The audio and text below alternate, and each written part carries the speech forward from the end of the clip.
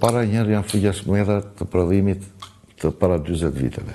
Nuk mund të krahasohen me gjuhësit e rinj Su-35 dhe Su-30 më të forcave. Po dhe rusët nuk është se kanë hedhur shumë aviacion në luftë. F-16 unë mendoj dhe kështu është përdoren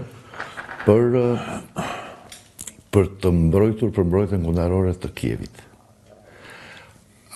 F-16 janë arma më efektive pas raketave për të sulmuar Shahedët dhe raketat kruiz. Ndërsa MiG-29 dhe Su-27 dhe Su-24 që kanë akoma në përdorim ukrainasit, shumë pak, krahasim me rusët, i kanë përshtatur për të bombarduar me predhat moderne perëndimore, të drejtuara, me bombat e drejtuara, për të goditur objektiva në front. Pra, natyra e luftës toksore në frontin Ukrainas ka ndryshuar. Pikërisht për këtë supremacia toksore ruse, me tanke, mjetet blinduara dhe me artilleri, nuk ka dhënë efektin e pritur për të shpartalluar frontin në një pikë apo në disa pika. Kjo mos ka edhe lidhje për një lloj balance që ka midis mbrojtësve dhe sulmuesve, thuhet që ukrainasit kanë 600.000 ushtarë në mbrojtje, rusët kanë 700.000 në të njëjtën mbi fronti. Në një kohë që duhet të ishin pak në 2 milion. Dhe ka dhe një diferencë, sepse Ukraina ka shpallur mobilizimin e përgjithshëm, rusët se kanë shpallur. Po normal, nuk e quhen të arsyeshme shpalljen, po nëse lufta nuk mund të vazhdojë pa mbarim. Ose Putini do të shpallë realizimin e objektive të operacionit special ushtarak, ose do të shpallë mobilizime në bazë të pjesme në zonat caktuara për të rekrutuar 1 milion ushtarë, të cilët do t'i duhet pak të 6 muaj të stërvis, t'i pajis dhe t'i hedhë në sulm, në mësymje. Ndërkohë që ka vështirësi në kranën e punës. Sot Rusia ka uri për krah punës sepse nuk ka rini. Avantazhi më i madh i mësymësit, sidomos në një front 1200 kilometra. Front shumë të madh. Për të krijuar një ide që fillon nga Pulja dhe mbaron në zemrat e Europës. Edhe sidomos në terren fushor, avantazhi i sulmuesit është ai mund të përqendrojë forcat e veta, grushtin e vet goditës në çdo pikë të frontit. Ndërsa dizavantazhi më i madh që ka ushtria ukrainase që është në mbrojtje, përveç se sasisë pakët armatimeve dhe municionit, është parashikimi se ku do të realizoj goditjet kryesore ushtria ruse. Dhe unë jam i bindur kur e studioj frontin. Po nuk vazhdojnë kjo me satelit trumbullimi mjeteve i...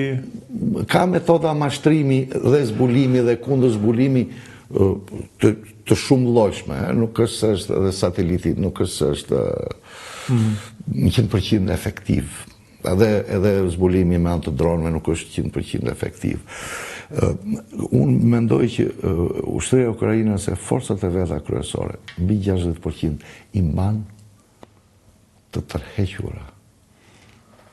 Sepse është pikërisht kjo që nuk mund të parashikoj dot në 1200 km front se ku mund të realizoj goditjet e veta.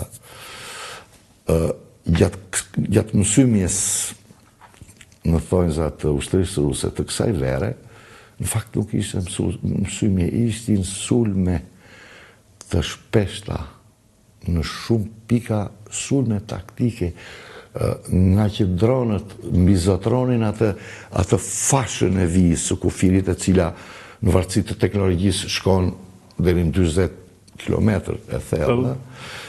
Rusët i shpërndan forcat e tyre mësymse dhe arritën për shembull në zonën e Sumit dhe të Kharkivit,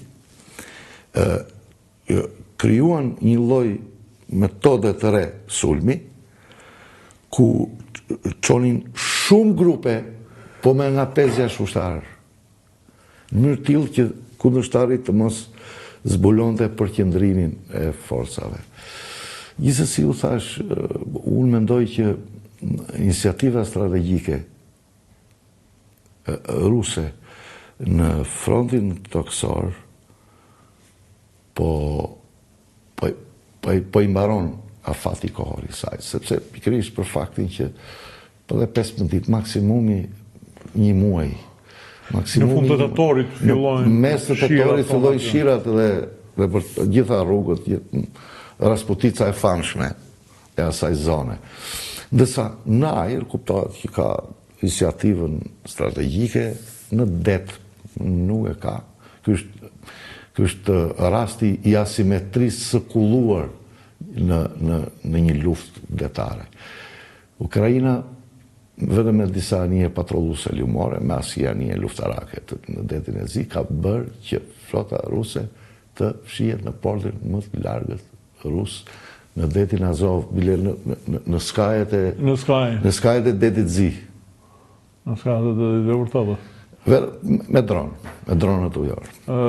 Zoti Shko, thuhet që është e bie Pokrovski, mbrapa Ukrainës nuk kanë vija fortifikime të qëndësishme. Të paktën shkuthoj deri para 3-4 muajve, po mund të kenë punuar tani në verë. Po për shembull në një inspektim që bëri në Kharkiv vetë Zelenski, pa që ishin marrë fondet, por për shembull ato dhëmbët e dragojit që janë kundra tankeve, ishin lënë grumbuj, nuk ishin shpërndarë. Pra, kishte një lloj abuzimi nga firmat sipërmarrëse.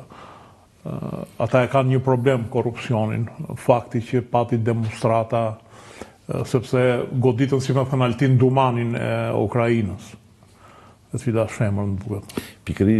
Pikërisht, unë me këtë që thatë ju, përforcohet ajo që sa po thash, vullnetin e fuqishëm të popullit Ukrainës. Edhe për të mbrojtur edhe për të vjedhur. Edhe të popullit, në qoftë se ka pasur alternativa për të larguar Dumanin e Ukrainës, dhe populli çohet demonstrat, duke qenë në luftë, të thotë që kjo është pjesë e vullnetit atij populli. Atë më tepër e kishin me hajdutin se sa e kishin me rusin, në fakt. Gjithsesi. Shiko, karakteristika e fortifikimit gjatë kësaj lufte ka qenë e tillë. Nuk është se ka pasur objekte të fortifikuara betonarme me të cilat jemi mësuar dhe kemi përgatitur ne këtu në Shqipëri, apo dhe vijat e fortifikuara, të cilat, me thënë drejtën, duan vite të tëra të ndërtohen. Karakteristikat e ndërtimit vijat fortifikuara në Ukrainë janë thjesht transhe dhe hendek lidhje të thelluara me përforcim metrar në maksimum. I vetmet objekte të betonalizuar, në thojë se janë këto elementet kundër tank. Dhe gjithë thelbi i një vije të fortifikuar janë minat, është